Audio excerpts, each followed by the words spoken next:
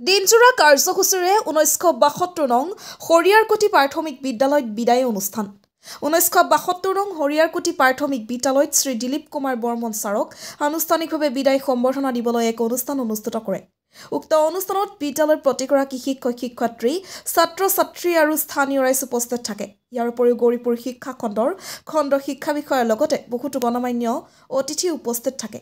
এই বিদায় অনুষ্ঠানত অৱসৰপ্ৰাপ্ত শিক্ষক শ্ৰী দিলীপ কুমাৰ বৰ্মন মহাশয়ক অসমীয়া ফুলাম গামোচাৰে সম্বৰ্ধনা জ্ঞাপন কৰে। তাৰ পিছত বিদ্যালয়ৰ প্ৰধান শিক্ষক আৰু সহকাৰী শিক্ষক শিক্ষয়িত্ৰীসকলে ছাতি, জাপি, কিতাপ, শৰাই আৰু মানপত্ৰ আদি প্ৰদান কৰা দেখা যায়। ইয়াৰ উপৰিও ছাত্ৰ ছাত্ৰীসকলে অৱসৰপ্ৰাপ্ত শিক্ষকজনক ফুলৰ থোপা আদিৰে সম্বৰ্ধনা জনোৱা পৰিলক্ষিত হয়। উল্লেখযোগ্য যে শ্ৰী দিলীপ কুমাৰ বৰ্মন ছাৰে 30/6/1993 চনত অসম চৰকাৰৰ শিক্ষা বিভাগত যোগদান কৰে আৰু এইজন শিক্ষকে প্ৰায় 31 বছৰ 6 মাহ এদিন শিক্ষকতা কৰে। এই বিদায় সভা অনুষ্ঠানত ছাত্ৰ ছাত্ৰীৰ মাজত গল্পৰীয়া নৃত্য পৰিৱেশনৰ আয়োজন কৰাৰ লগতে বিদ্যালয় কণ কণ ছাত্ৰ ছাত্ৰীসকলে বিদায় মুহূৰ্তত ছাৰক মনোৰঞ্জন দিয়াৰ বাবে নৃত্য প্ৰদৰ্শন কৰে। সদশেষত সভাৰ সভাপতিৰ আসনত শ্ৰী দিলীপ কুমাৰ বৰ্মন ছাৰৰ সুস্বাস্থ্য আৰু দীৰ্ঘায়ু কামনা কৰি সভা সমাপ্ত কৰে। টিয়ামাৰীৰ পৰা আবু হুছেইন ছিদ্দিকৰ report, north east frontier news. মোৰ নাম ছফিউৰ ৰহমান, 972 নং হৰিয়াৰকুটি প্ৰাথমিক বিদ্যালয়ৰ সহকাৰী শিক্ষক। মই প্ৰায় 2 বছৰৰ পৰা ইয়াতে কৰ্মৰত অৱস্থাত আছোঁ।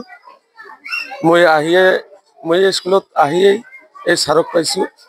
মই এই 2 বছৰৰ ভিতৰত যিখিনি পাইছোঁ, ছাৰ বৰ সততা আৰু নিষ্ঠা সহকাৰে কাম কৰি গৈছে। তেওঁৰ বিষয়ে ভালে, তেওঁ যথেষ্ট ছাত্ৰ ছাত্ৰীকো মৰম কৰিছে, আমাকেও মৰম কৰিছে, আমিও ছাৰক স্নেহ কৰিছোঁ। নমস্কাৰ, মোৰ নাম মহম্মদ আলী। মই 972 নং হৰিয়াৰকুটি স্কুলৰ প্ৰধান শিক্ষক। যি কৰ্মজীৱন মই পাইছোঁ, ভালে পাইছোঁ। মই ইয়াত জইন কৰাৰ আগতে এই ছাৰে আমাৰ এইখন স্কুলত আছিল। মই আহি তেখেতক পাইছোঁ আৰু তেখেতৰ কৰ্মজীৱনীত মই খুব বৰ নিষ্ঠা সহকাৰে মই তেখেতক কৰ্ম পালন কৰা মই দেখা পাইছোঁ।